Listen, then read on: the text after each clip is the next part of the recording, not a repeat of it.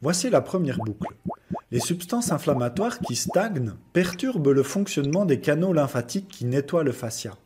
Elles perturbent directement leur fonctionnement en diminuant la contraction des lymphangions, qui sont les parties du tuyau lymphatique qui se contractent pour aspirer le liquide interstitiel récupéré. Les aspirateurs à déchets du fascia sont donc mis hors service. La seconde boucle. Les cellules du fascia, les fibroblastes, qui ont pour rôle de veiller à la bonne santé du fascia, se transforment en myofibroblastes. Ces dernières deviennent capables de se contracter avec de petits muscles mais très puissants, créant ainsi une zone de contraction dans le fascia. L'architecture du fascia est donc déstabilisée, comme si la tour Eiffel était toute pliée. En plus, les myofibroblastes produisent du collagène dans la zone contractée, une fibre très solide similaire à celle des cicatrices quand on se coupe. Ces nombreuses fibres de collagène transforment complètement l'architecture du fascia et empêchent les structures qui y passent de fonctionner correctement.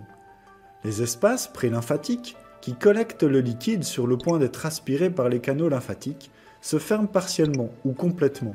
Le nettoyage des déchets fonctionne donc encore moins bien. La troisième boucle. La libération du NGF, un facteur de croissance des nerfs, entraîne une augmentation du nombre de nerfs de la douleur dans la zone du fascia saturé. Comme il y a plus de nerfs de la douleur augmente. La quatrième boucle. Les substances inflammatoires créent une acidification du milieu interstitiel. Certaines cellules souffrent et peuvent mourir, ce qui libère encore plus de substances inflammatoires. La cinquième boucle. Comme les fascias nourrissent et soignent les organes qu'ils enveloppent, les intestins ou le cerveau par exemple, en cas de stagnation de l'inflammation, ces organes vont moins bien fonctionner, avec l'apparition de nombreux problèmes de santé. La sixième boucle. Comme les nerfs de la douleur baignent constamment dans une piscine de substances inflammatoires, ils envoient des messages de douleur très fréquemment à la moelle épinière. Certaines substances inflammatoires sont également transportées depuis le fascia jusque dans la moelle épinière.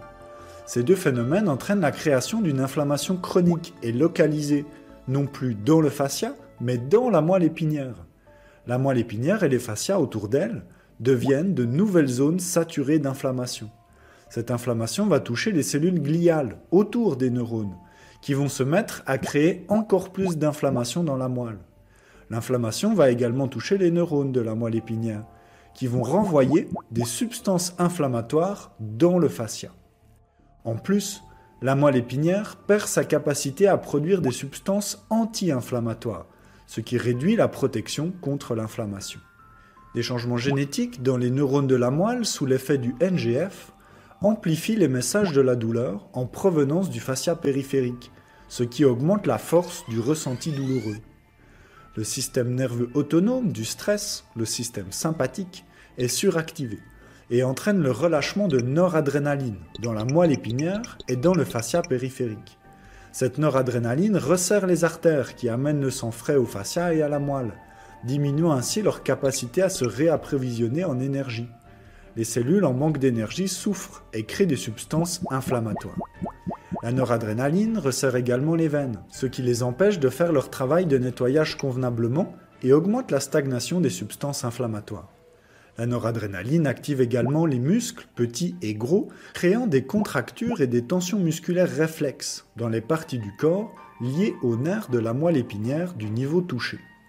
Ces zones de contracture musculaire sont les points de tension douloureux dont nous parlions au début. Enfin, en raison des connexions montantes et descendantes du système nerveux autonome sympathique, qui connecte plusieurs niveaux dans les ganglions nerveux, tous ces effets peuvent se propager à d'autres niveaux de la moelle épinière que celui en lien avec les fascias périphériques. Il peut donc y avoir une généralisation d'un problème, initialement local, à d'autres parties du corps.